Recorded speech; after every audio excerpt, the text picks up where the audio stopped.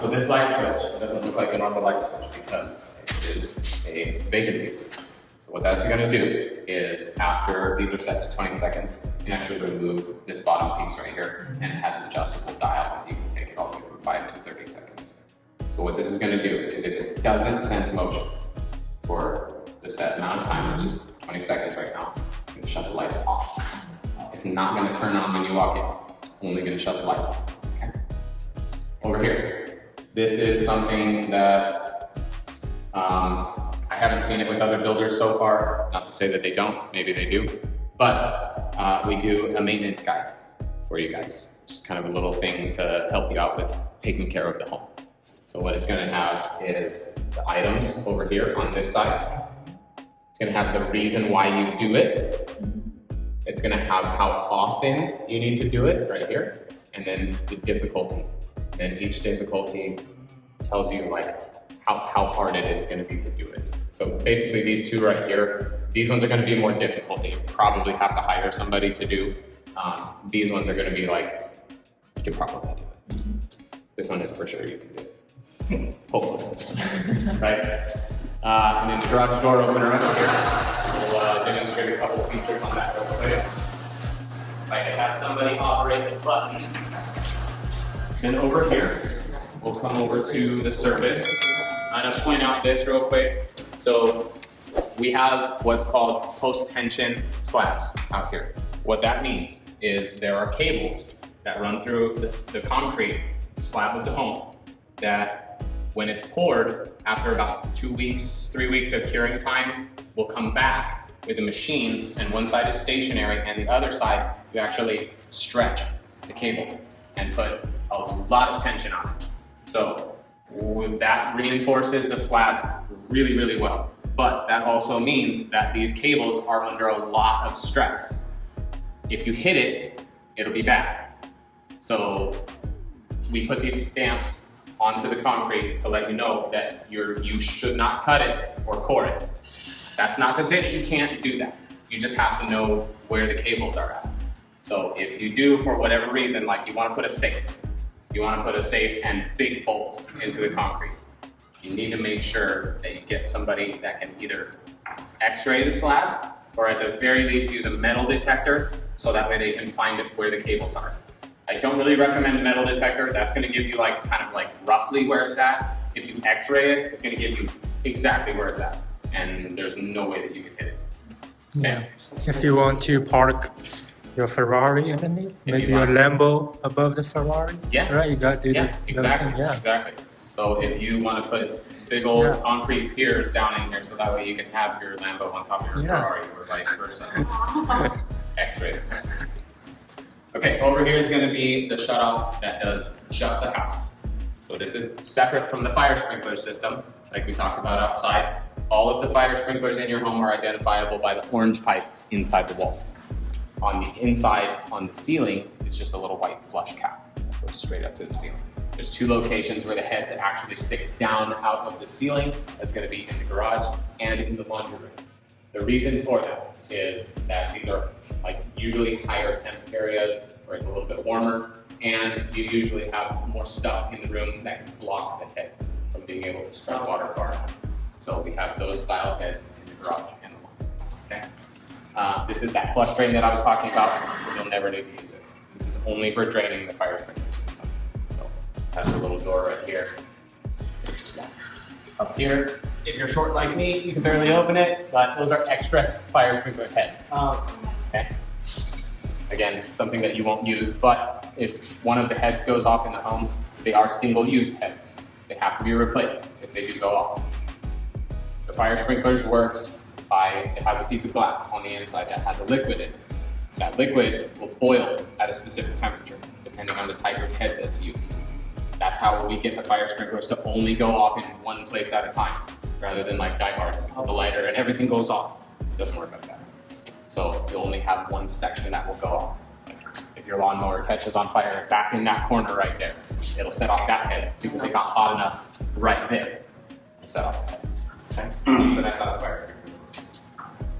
This is the sub panel that I was talking about on the outside. So you have that breaker that does the sub panel that feeds power to the sub panel from the main panel. So if that sub panel breaker is in the on position, you have power to this. If you want to add to this, you have 3 more spaces on this panel that you can add more breakers to this sub panel. Okay. You also have arc faults in here. Arc faults basically operate the same as GFCI, the ground fault. The reason why we put these in, if you notice, we put them in the family room, the bedrooms. This one is on the smoke detectors and the master. These are mostly for if you're vacuuming or something like that and you pull the cord. You notice sometimes when you pull the cord out of the wall, there's a little bit of like spark that could come out. Yeah. That's an arc. That could potentially cause a fire. So we have these breakers that will pop just like that. Like we popped that GFCI at the front door, same thing. So if you pop that breaker, it should trip to the center. You can't just push it on. If it's tripped, it has to go off, then on. Okay? And then it will actually indicate that it's had an arc fault when you turn it on. Okay? So we can go through these real quick. You'll have your garbage disposal in here, your bedrooms 2 and 3 in here, the fire bell, so this is just power for the fire bell, garage GFI, so all your plugs in the garage are going to operate off of this breaker right here. GDO, this is for the garage door opener. Okay. Smoke detectors, all of the smoke detectors are hardwired, and they're all connected together. So that means if one goes off, they all go off. Dishwasher over here, garbage disposal and dishwasher are going to be dedicated. They're going to have their own breakers. And the master bedrooms, it's going to be on its own circuit by itself. Coming back to the water service. So this is what's going to, like I said, operate the house water and just the house water, not the fire sprinklers, not the irrigation, only the house. So you have a shut off right here. In the event that you need to turn off the water to the home, or if you're going to go like on vacation, you're going to be out of town for like a week or something like that, come in here, shut it off. Turn on like a sink faucet or something like that, so that way you can drain the water out of the lines. The reason for that, if you're going to have a leak that happens while you're on vacation, it's just going to go and go and go and go. If you shut it off and you drain the water out of the system, that won't happen. Leaks do much less when you're home and you can stop them, right? So, but don't forget to turn it back on when you get home. Otherwise, when you take a shower, it won't last very long. Above that, you're going to have a pressure regulator. This is how we reduce the city pressure, because the city pressure is like 120 pounds. That's too much for a house. So we got to bring that down a little bit. This is how we do that. This has already been adjusted. You won't have to touch this. But in the event that like you add extra to the home, this might need to be bumped up a little bit. Only have a qualified, certified plumber mess with the pressure regulator. Because if somebody touches this that doesn't know what they're doing and they adjust the pressure up too much, not really too low. Too low isn't going to cause problems, but I mean, aside from you'll get like a little trickle out of your faucet. If you go too high, that's where it starts to be some issues. You can blow apart fittings. If they add a wall softener sometime in the future, do they need to bump up the pressure? No, you really don't need to. That's not adding very much to the overall system. Like if you were to add an extra bathroom, or if you were to do like a mother-in-law suite with another kitchen, where you're going to be able to have more volume of water in the home, that's when you would want to increase the pressure. So it really doesn't apply to those homes because there's no HOA, they don't have. Yeah. But it's required. Okay. So now it's like 60 to 70 for the pressure. Yeah. It's going to be like 65. 65. You can go up to like 80 80. sustained pressure on Luminor PEX. Don't really recommend that you keep it there. This is pretty sufficient. But there are like water restrictions and stuff like that for the state of California that are going to reduce the amount of water that pretty much anything can use in a home that's built nowadays. So you really don't have a need for higher pressure because you have like restrictors and things like that in faucets that are going to limit how much it can use. And the pressure won't change over the time, right? Maybe 5 years, 10 years. Do they need to go back, check, hey, what's my pressure? No, it really shouldn't. The only time that happens is when you have metal lines where you'll start getting a little bit of like corrosion that will happen on the insides of lines. That's going to reduce the size of the pipe. Right. That will actually increase the pressure. Right. But those are older homes. Okay. This is all PEX. So Okay. it's basically plastic. Okay. And plastic doesn't corrode.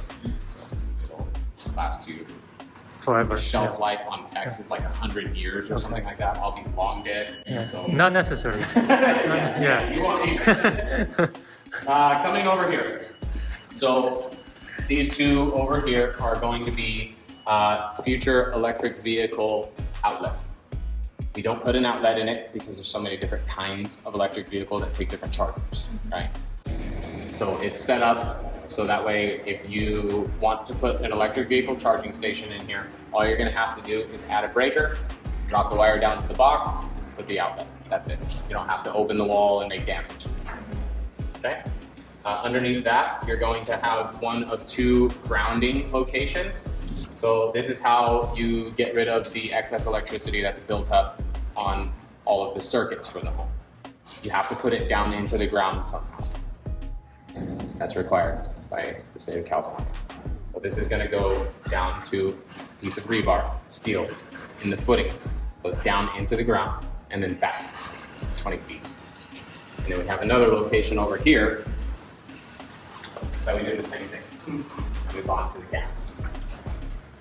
Okay, so these, one of them is going to be for the garage door opener.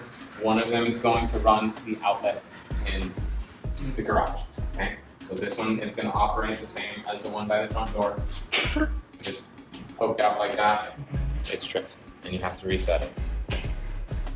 I usually demonstrate the garage door opener like this, but I can't because you actually have a cool little black box on the top of your garage door opener over there. That is a battery. It's a backup battery for the garage door opener. If you lose power to the garage door opener, if you lose power to the garage door opener, see there's still a little orange light on your button over there? Yeah. You can still operate the garage door. Go ahead. It runs really slow, but it still works. A slow motion. It'll run probably 3 times. So it's for emergency use, but it does have a battery backup in case you need to use this for an emergency. If it was me, I would just pull that little nifty red handle right here and you can use it by hand. But 你就往前蹬一下就行了，往前蹬一下它就是手动的，然后要重新连上的话再往 yeah, 后 imagine 拉一 if 下 it。ran that slow every time. Over here, got a little pipe that was coming up, going through the wall, and a sprinkler timer wire. That's this.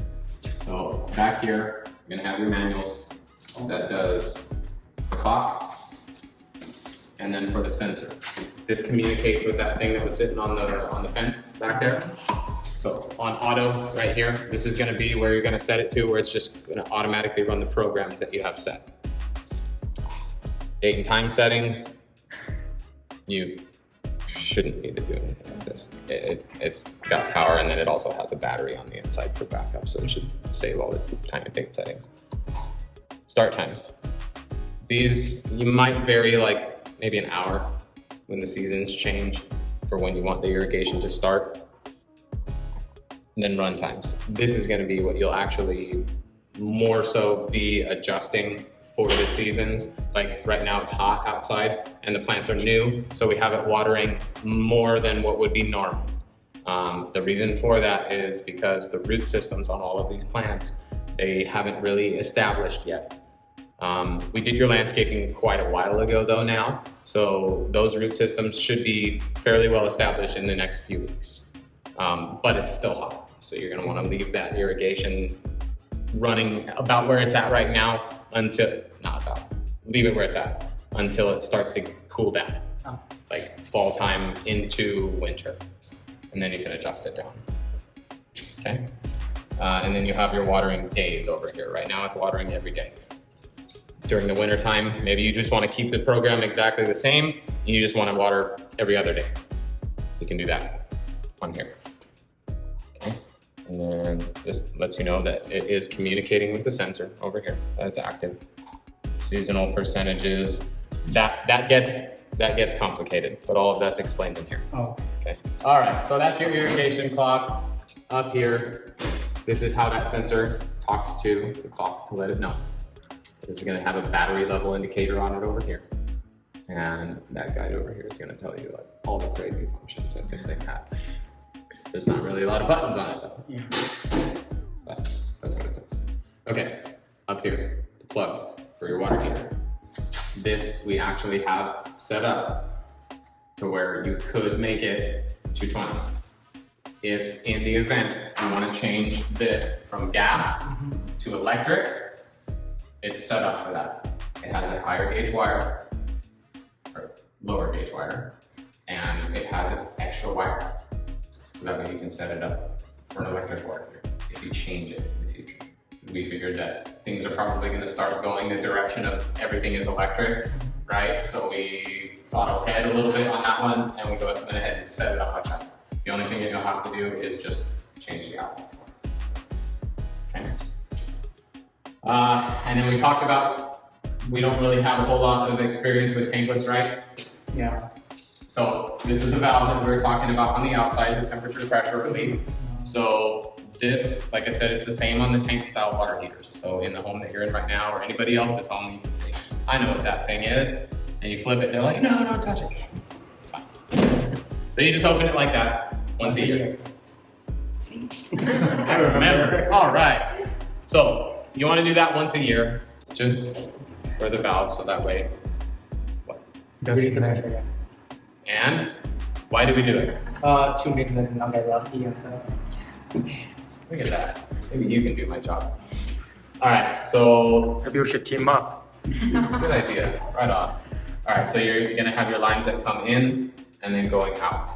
So you're gonna have the cold line as indicated by blue, the hot line going out indicated by red.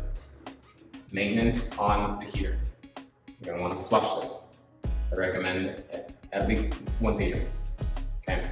The way that you can do that, take these caps off right here, and you can open this valve. If you open this valve, you can hook up a garden hose to this. Just run it outside and do the same thing on the cold side.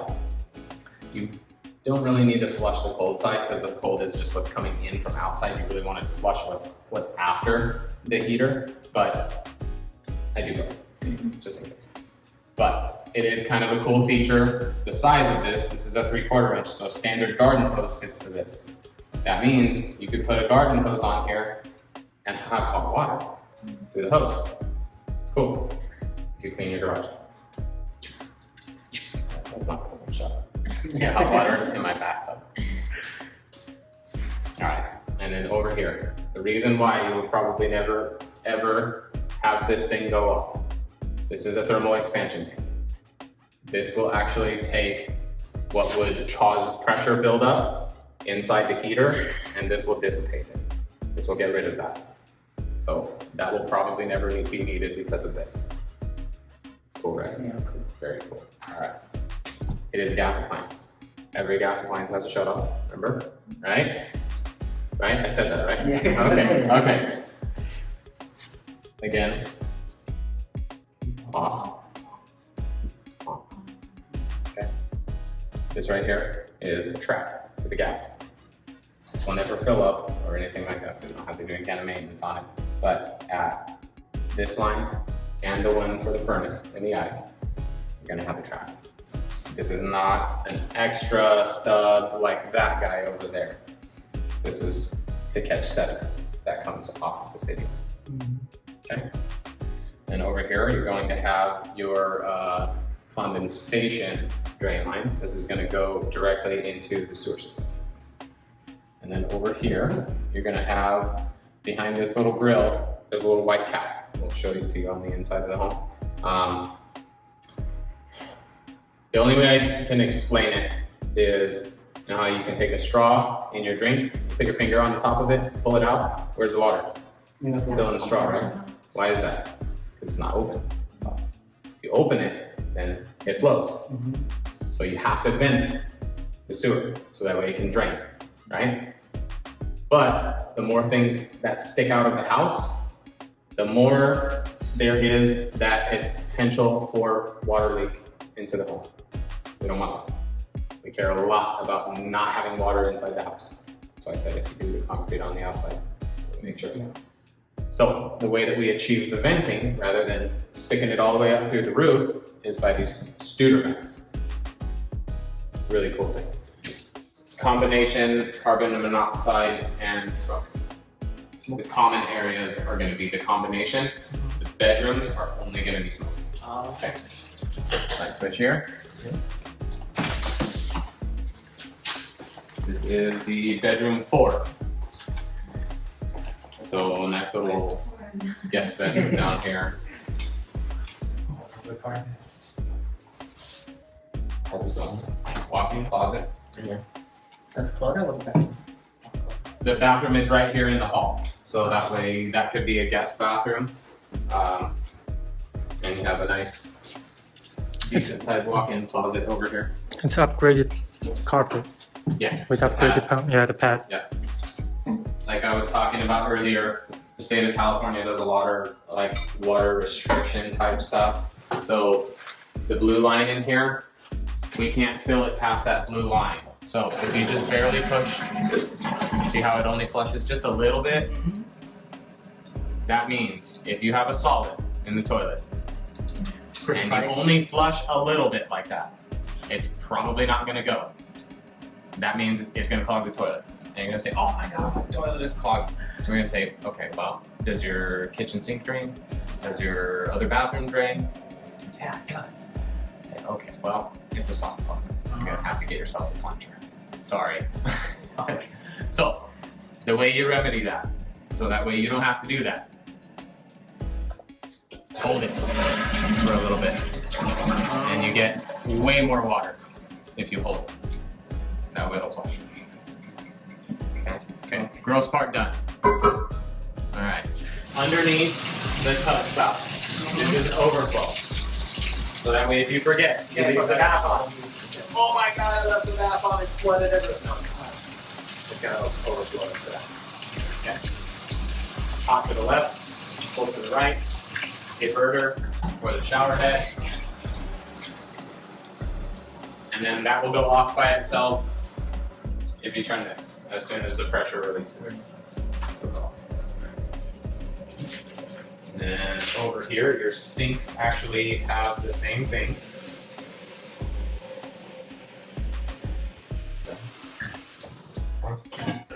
Oh, it does go.